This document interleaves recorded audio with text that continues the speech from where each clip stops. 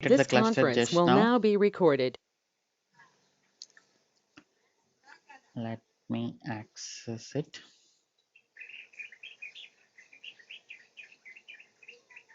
So our Minikube is a single node cluster, master node and worker node in the same server. If it is multi-node cluster, master node is separate and worker nodes are separate. Okay. Okay.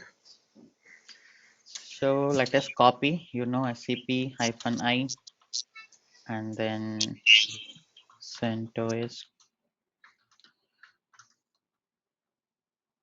kubeconfig.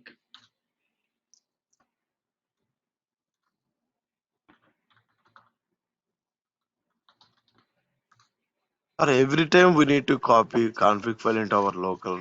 Or Yeah, when I'm creating the cluster again and again, it will be changed, right?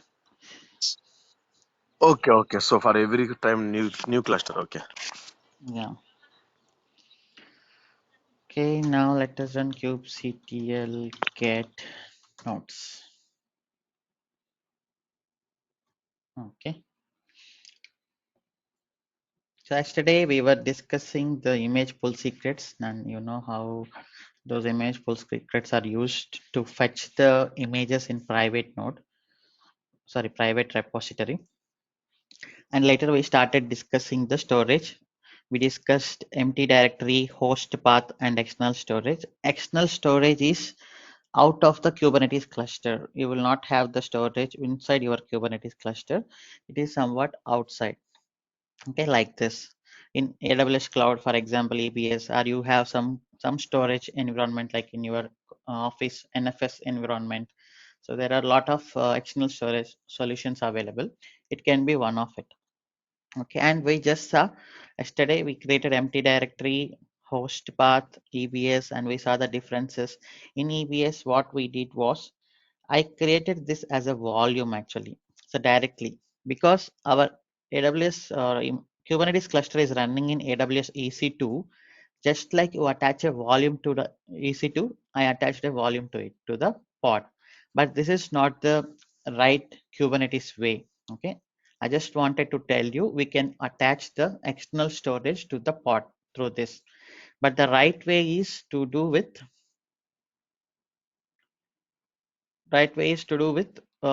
PVC storage classes. Okay, that is the external storage. So you will get a question. You will get a question like, how do you manage the volumes in your Kubernetes cluster? You can say we have an external storage like NFS if it is on premise, or if it is AWS, you can say we have external storage options like EBS and EFS. Okay, now we will see the EBS and then we will go for NFS. That means like EFS. EBS is nothing but elastic block storage. Block storage is your hard disk. It should be near to your computer. NFS is network file system. It can be anywhere in the network. You can reach through the internet. Okay. Then we can see this advantages and disadvantages. Bro, NFS in the sense of with Linux concept equals to Linux concepts, Yeah, right? We yeah, have NFS. yeah. Correct. Okay. EFS is the implementation of one of the implementation of NFS from AWS. Similarly, Azure will have Azure file, something like that. Okay, so Okay. they will have the backend servers NFS and they will give you the option that is called as EFS. That's it. Okay. So now this is your Kubernetes cluster and this is your storage. Okay, so this is physical. Instead of you go and create the storage and you manage the storage, what Kubernetes will tell you is there is a concept called PV. Okay, so this is storage. This is called PV, persistent volume, and there is a pod running. And this pod claims this PV through an object called PVC, persistent volume claim. This PV is a physical representation. PVC is a claim. Suppose I have a storage. I want the pods to claim how much you want. As a pod, I need this kind of read write ones. This it will provide some information through the PVC. Okay, and through the PVC, there can be multiple PVs here. Something is read write one, something is read only many, something is read write many. There are multiple kinds of policies in PV that we can discuss. For example, EBS is a hard disk. If you connect your hard disk to a laptop, other laptop cannot connect it. It is called read write once. Okay. If it is NFS, it is through the network. Many computers can connect to the NFS, that is called as read write many. Okay. So there are multiple implementations of this that can be managed through the PV, and pods will claim the storage through the PVC. And there is another thing called storage class. Now in this procedure, first cluster administrators will create a storage and they will create a PV and they will inform you. So we have a PV object available. You can claim it through your pod using PVC, persistent volume claim. Okay, then they can do. In a cloud environments, usually there is a storage class available. Instead of you, cloud is everything, right? There will be a no separate administrator. What you do is you connect to the SC, and this SC will give you PV, and this PV will create a storage as well. We will see this also. Okay. Storage class is for dynamic provisioning. If you have storage class, it means dynamic provisioning. You can create the PV dynamically and storage dynamically. If there is no storage class, then what you have to do is you have to create a storage, you have to create a PVC, and you need to claim it through the, you need to create a storage PV and PVC. Now let us check the manual way. Okay. So I will create, for example, I am a cluster administrator. I will create a volume. Okay, let me remove these unused volumes.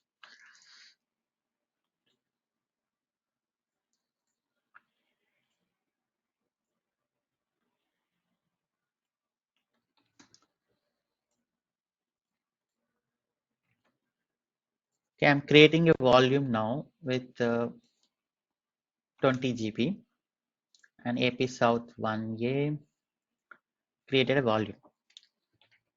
So it means I created a storage here outside of the Kubernetes cluster. Now I need to create a PV.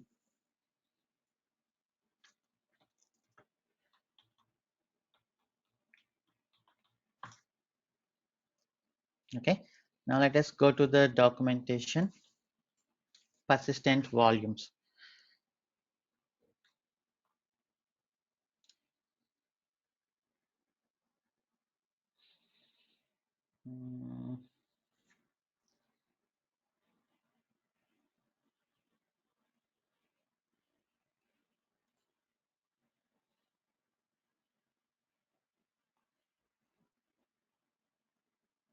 That is a persistent volume.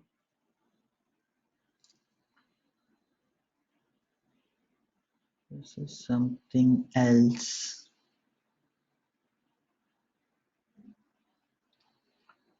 This is claim.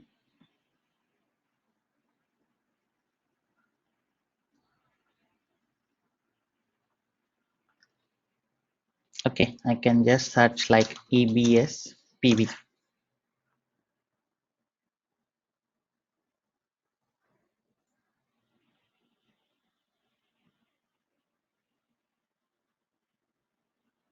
Okay, so this is the syntax: API version v1, kind persistent volume, metadata you give, and you are giving the capacity, access modes, and here AWS Elastic Block Storage, volume ID, and FS type.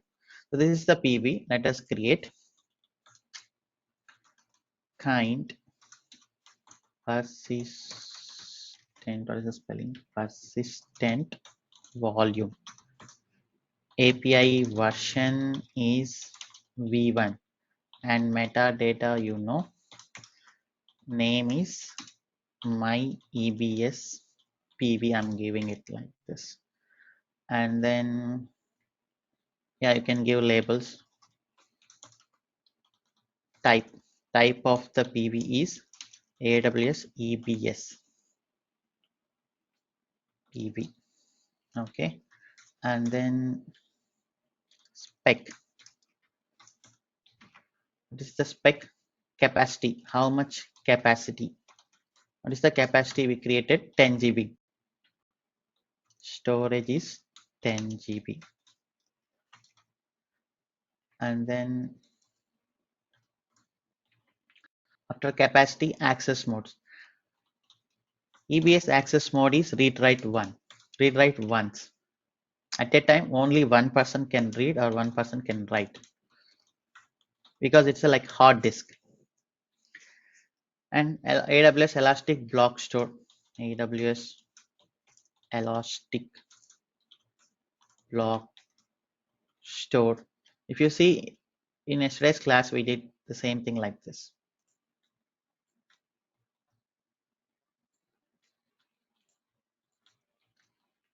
Okay.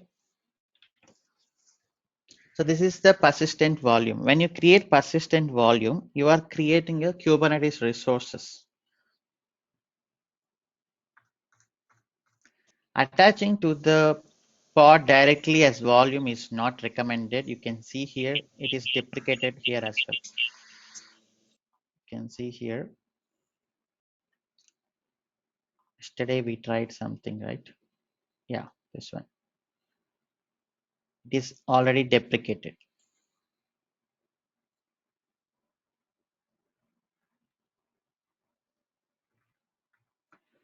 So I created a PV. Now let us try to push this Bro, we need to kubectl. change the volume ID, right? I mean, Yeah, volume ID, correct.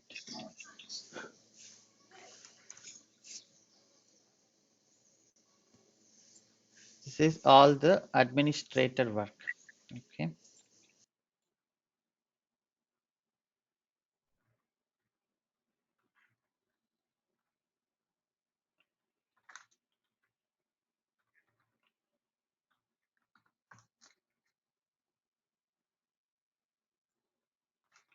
Export kubeconfig equal to, okay, I think already set kubectl apply -f04.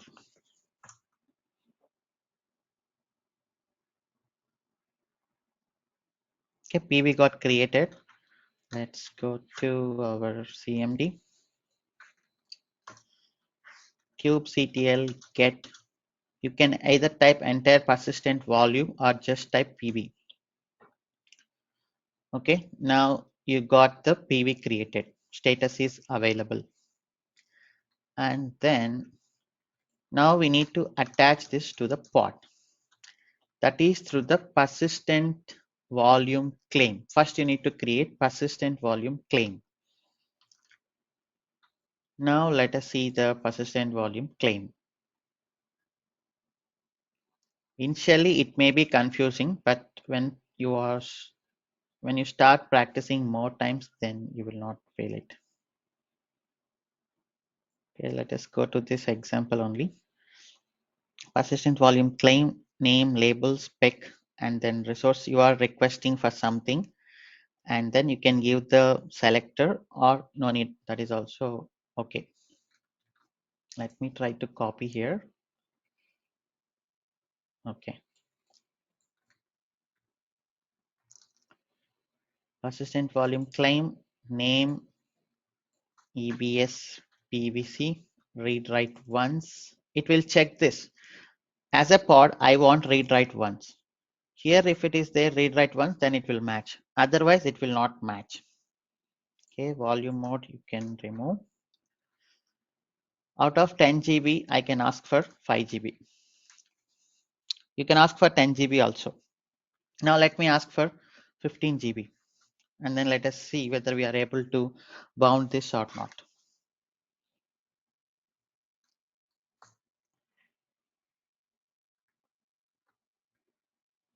comma PVC. You can just type both.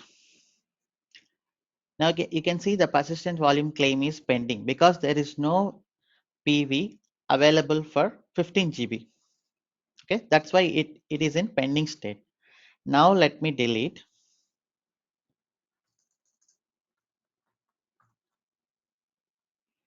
And if I ask for read write many, let us see whether it will able to bound or not. Okay, no resources.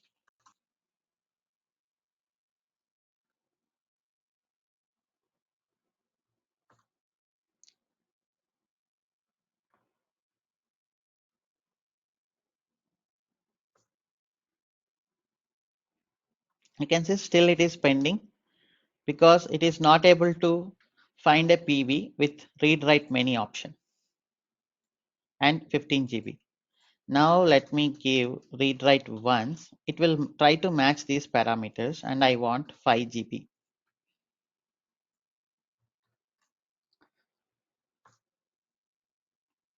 Now you apply again. Since read write once is matched and 5 GB is less than 10 GB, then it will be able to bound it.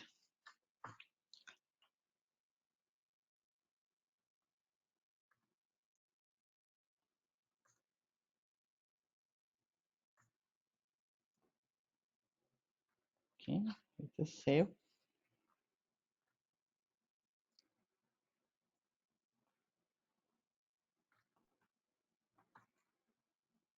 Should bound.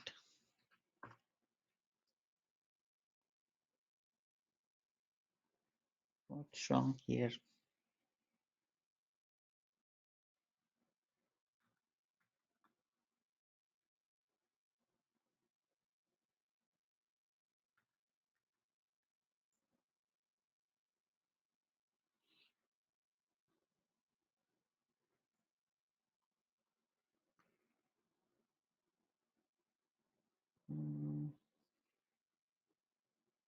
No need of selector labels actually, but we can give a try.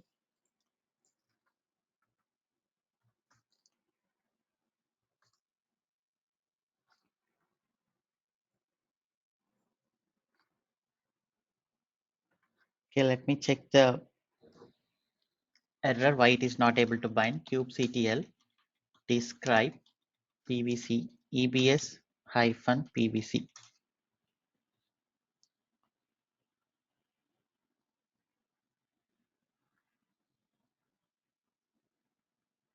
Okay, so this is waiting for first consumer to be created for binding. Actually it got it, but you need some pod to make it available. Okay, let me create a pod to consume this PVC.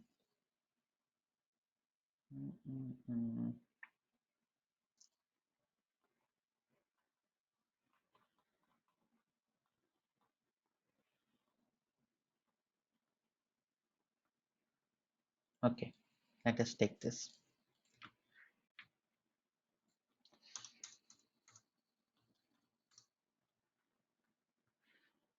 Okay, now I'm taking Nginx PVC. What is the claim name? EBS PVC.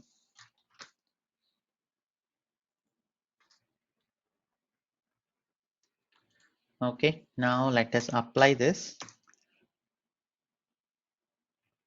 and go for pods as well.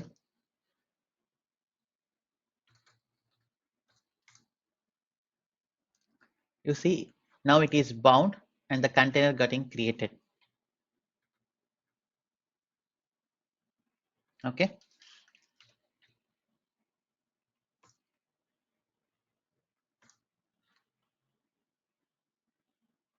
Now let us see if there is any problem with this container. Describe pod, my pod. Started. Okay, so it is running. So this is how you create persistent volumes. Okay, Now if I delete this,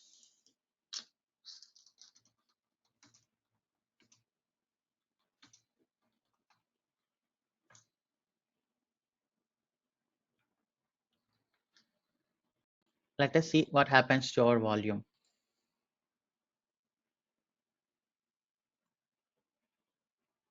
It comes to available.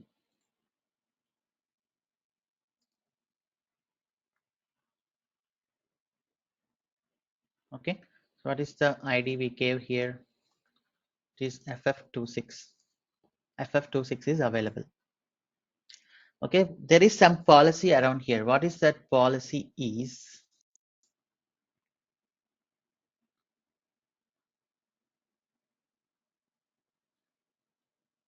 PV is retained. So when you are giving retain, even you delete the PV and PVC, the actual storage will not be deleted. Okay, so that is the policy. This is the manual way of creating external storage and PV and PVC. If someone asks you how you manage the persistent storage in your project, then you can say in on-premise clusters we can ask our administrators to create the storage and PV.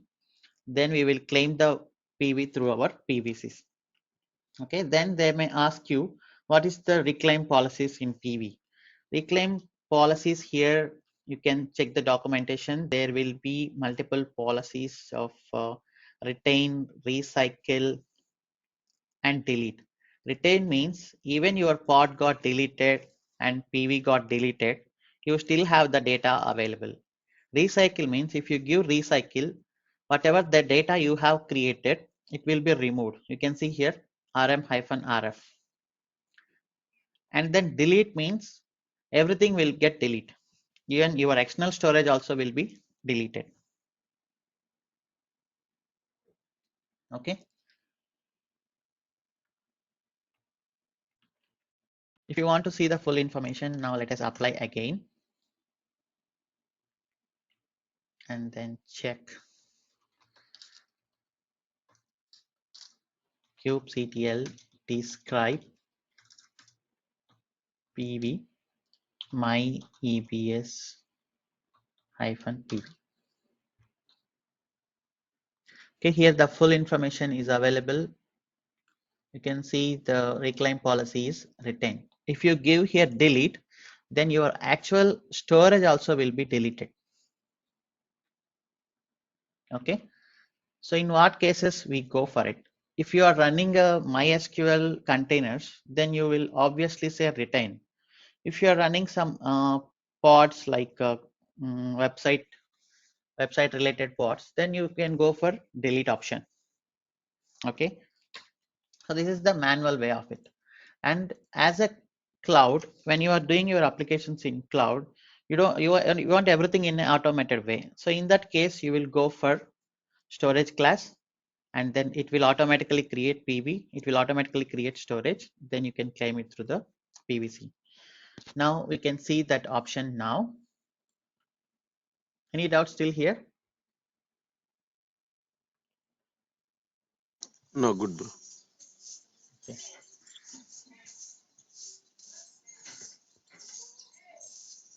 So now we have already some storage classes available. kubectl get sc. These storage classes are EBS type. You can have storage classes for EFS also, but by default we got EBS. Let us work with it, and then later we can create our own storage class for EFS. Okay, so this is the storage class, and now I said PV will be automatically created. Let me delete this first, and then you will see. Let me delete the volumes also.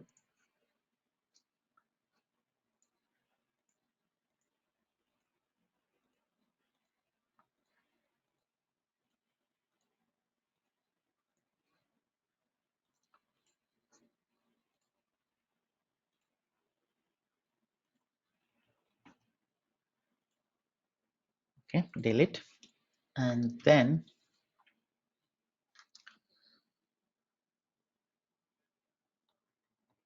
Now you can see the reclaim policy is delete for all these storage classes.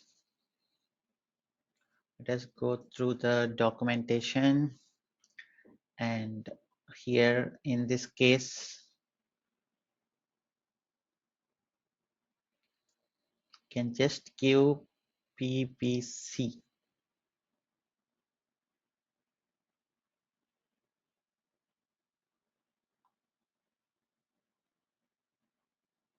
PVC, I need to mention storage class as well.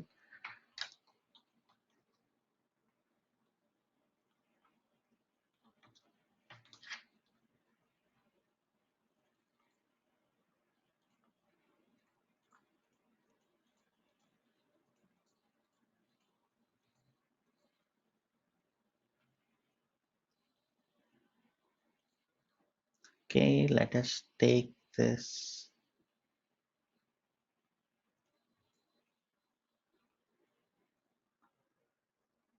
cluster. This is PV.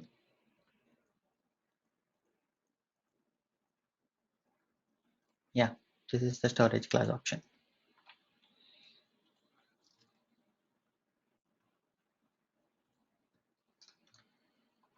EBS automated.aml.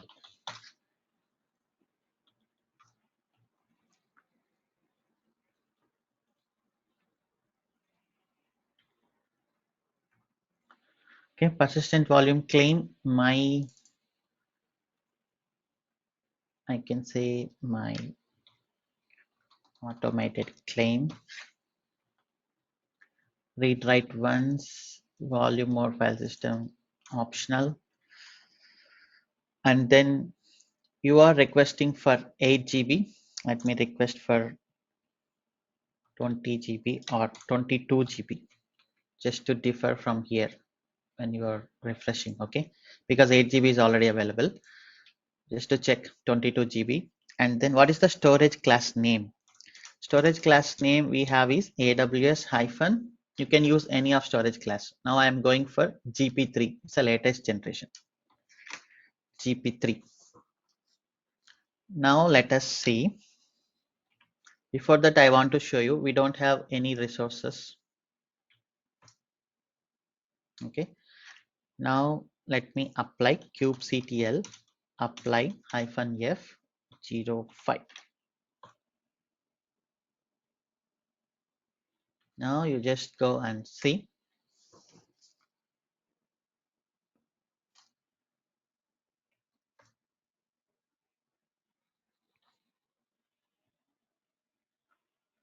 It is persistent volume claim.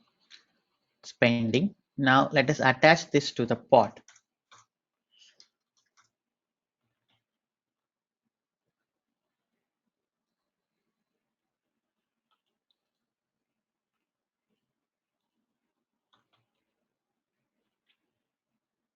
Okay, what is the claim name? My automated claim.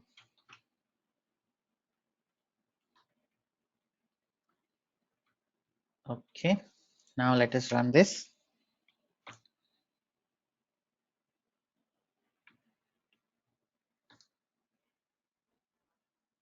You can see here persistent volume is created automatically, and PVC, and pod is pending state. Now it is running. If you go and check here, you got a 22 GB volume available.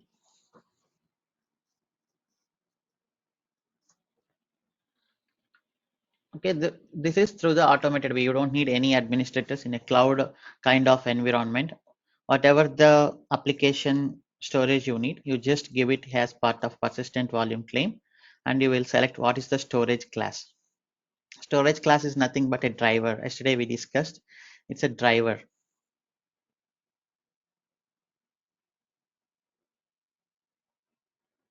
Okay, if you have storage classes for EFS, then you can create EFS storage automatically. If you have storage classes for another something like cluster FS third party one, then you can create cluster FS automatically. So this is less work in an automated way. But if any legacy kind of banking applications, they will not allow you to do that.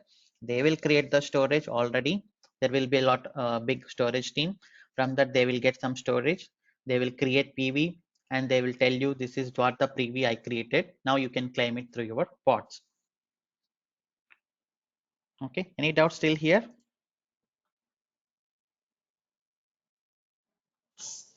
Yeah, bro. Shiva, So this is like which type of recycle is deleted or something? Which type of this? Yeah, so we can see it here. The recycle policy is by Yeah, yeah. default delete.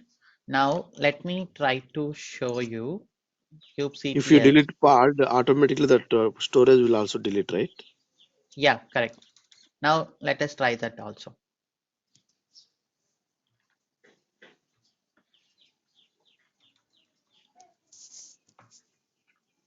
Okay, and here 22 GB should be gone now. So this is good for cloud environments, right? To save the cost. Yes, yes. Without manual interruption.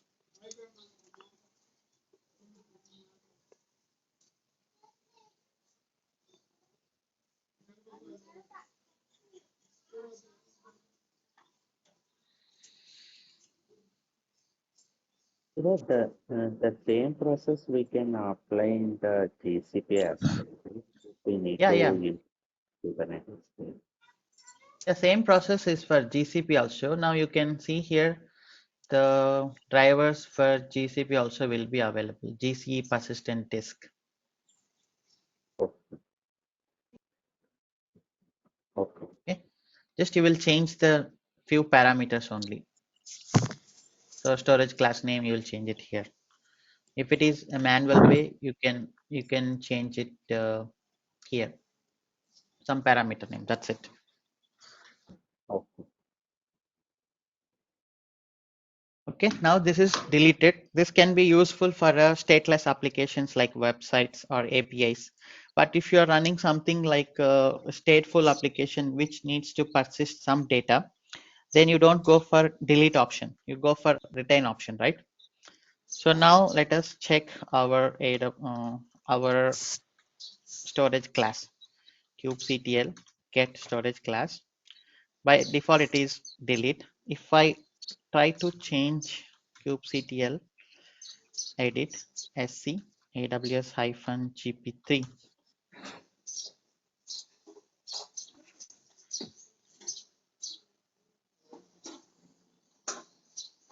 now if I want to do it here, I can change it to retain. Okay, and saved it, close. Mm, what is the thing? Why? We need to we need to give double quotation. Earlier it was same, I think.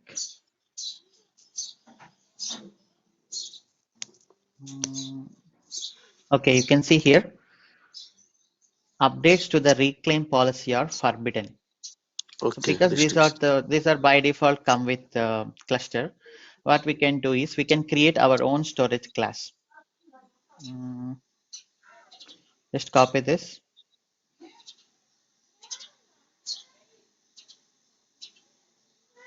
Okay, and then go for custom storage class. Okay, API version kind, these are no need. These are by default created by Kubernetes cluster. Name, resource version also no need. UID also no need.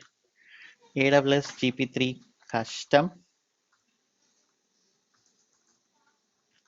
and then you can give these options parameters, and then provisioner reclaim policy is retain. Volume binding mode is okay. Wait for first customer consumer. So you can go through all these parameters. We can go through later, but for now I'm just changing the policy to the retain. Okay, and after this storage class, we need claim, right? Let me copy this and then paste. The claim, persistent volume claim, my custom claim, I'm giving it as like this. And here you can give my custom claim. Okay, now it should not delete this and it will create another storage class.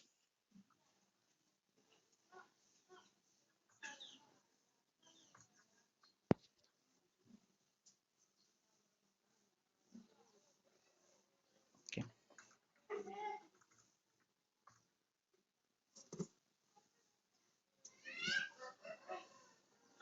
Okay, now let us check kubectl get sc. Now we got one storage class got created. Okay, and then let us go for pvc pods. Everything came into running mode. Now you go and delete.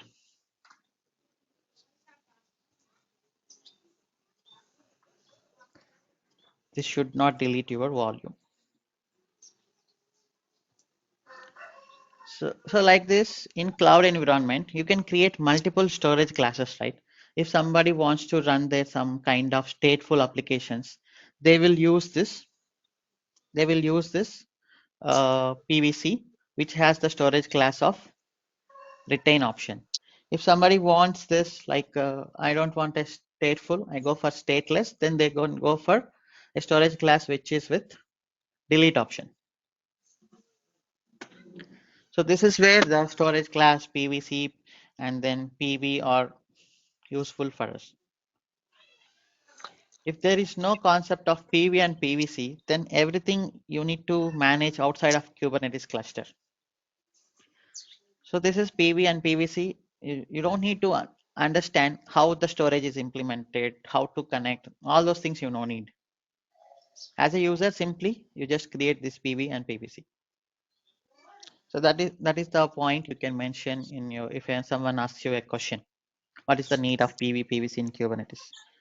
As a Kubernetes user, I don't need to understand the underlying storage implementation because Kubernetes is giving that kind of PV and PVC options for us that can simply attach to the pod. Okay, now it should be available only. Is it deleted?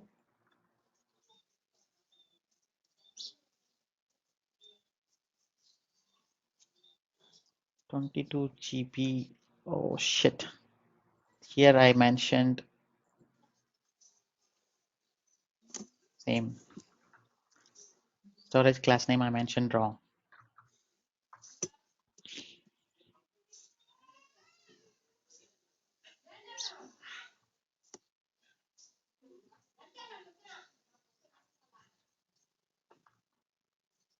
Okay, running now, delete again and then check.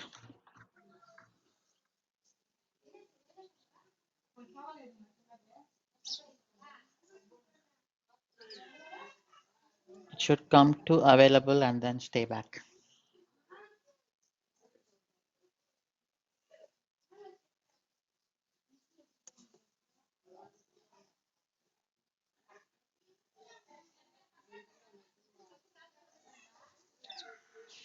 Okay, that's it.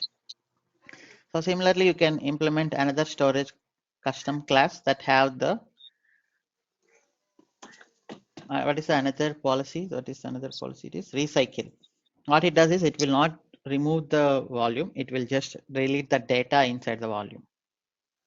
Okay, mostly we don't use it. We don't need. We either need retain or delete. Okay. And then this is the PVP with EBS. So EBS options is like only read write once.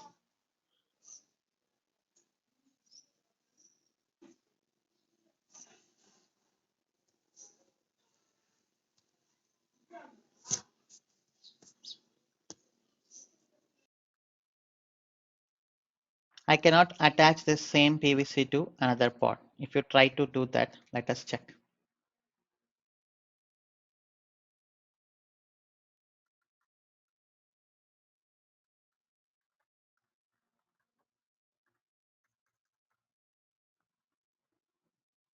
My pod 2. Okay, and apply.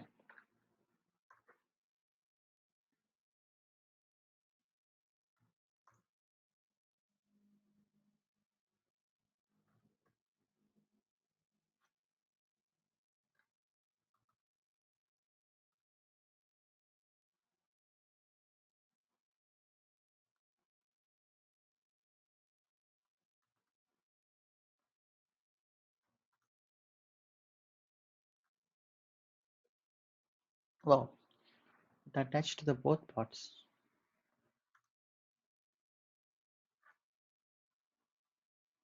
Okay, kubectl exec -it my pod bash cd var ww html. Now echo hi hello dot text. So when it attached to the both pods, I should see the same data in another pod as well.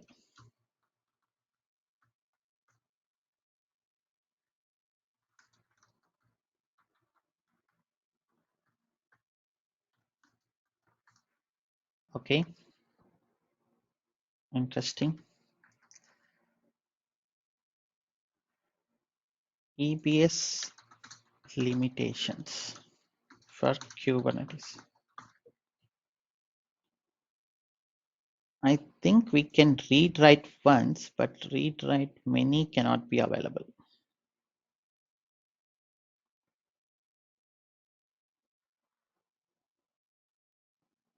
Read write once, read only many. These are the policies. You can see read write once.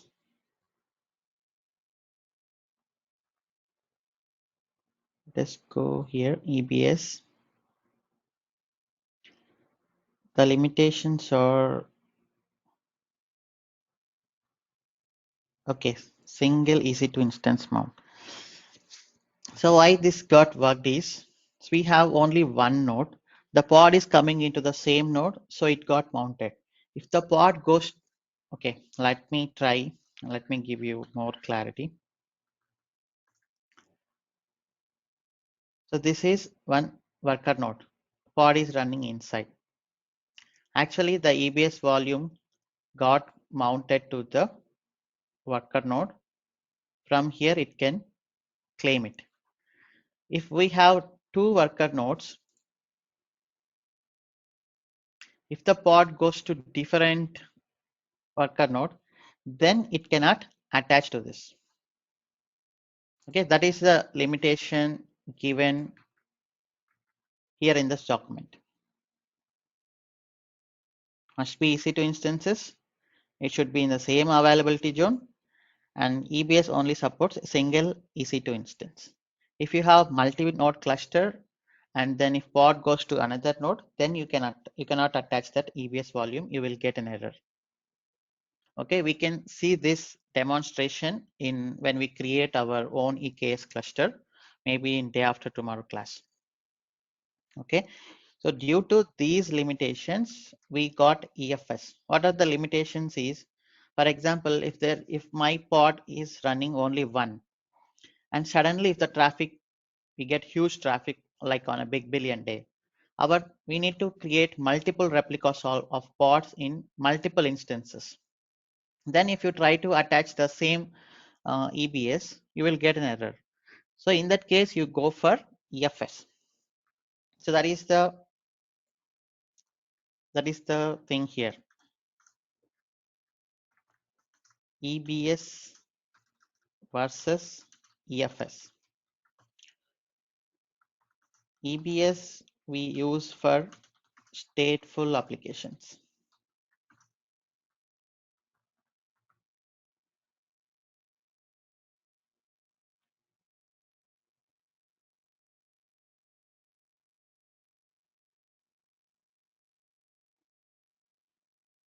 where one pod access the data. EFS we use for stateless applications where many pods can access data.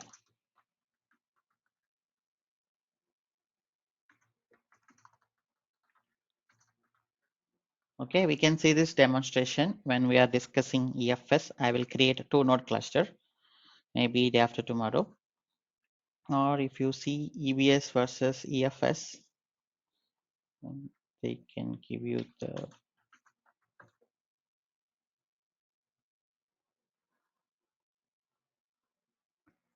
EFS K8. So these are the differences. And your EBS should be in the same availability zone.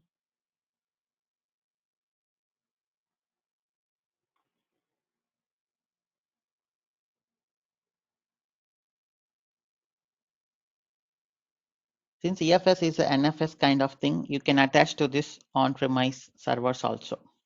Okay, you can see here from a single EC2 instance. EBS is little fast because the disk is near to the server. EFS is through the network. It will be somewhere in the network. It is little fast. Some latency will be there. Okay, it can only give you read write only once, and it can give you read write many. That is the difference I just discussed. And then you can see here it can be multiple availability zones. Your server can be in 1A, your EFS can be in 1B. Okay, so these are the differences. Then we discuss EFS maybe in next class. So what we do is we will go for one persistent volume with EFS, and then we can claim it. We can attach to the pod. This is a manual way, static way, and like we did a dynamic way, we can install we can create our own storage class for EFS, and we can go for dynamic provisioning. You will get this question: have you ever done storage class installation to your cluster? You can say I did that for my EKS cluster, or you can say for on-premise cluster also. I created a storage class and the provisioner, and application teams can now use persistent volume claim and pods to claim the storage. Okay, any doubts still here?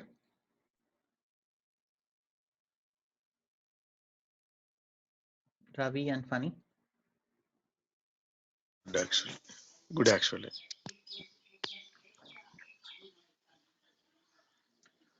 Funny, do you have any doubts? No, sure. Okay, just practice these things.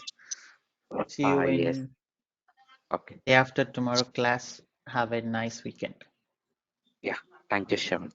Yeah. Bye Thank you. bye.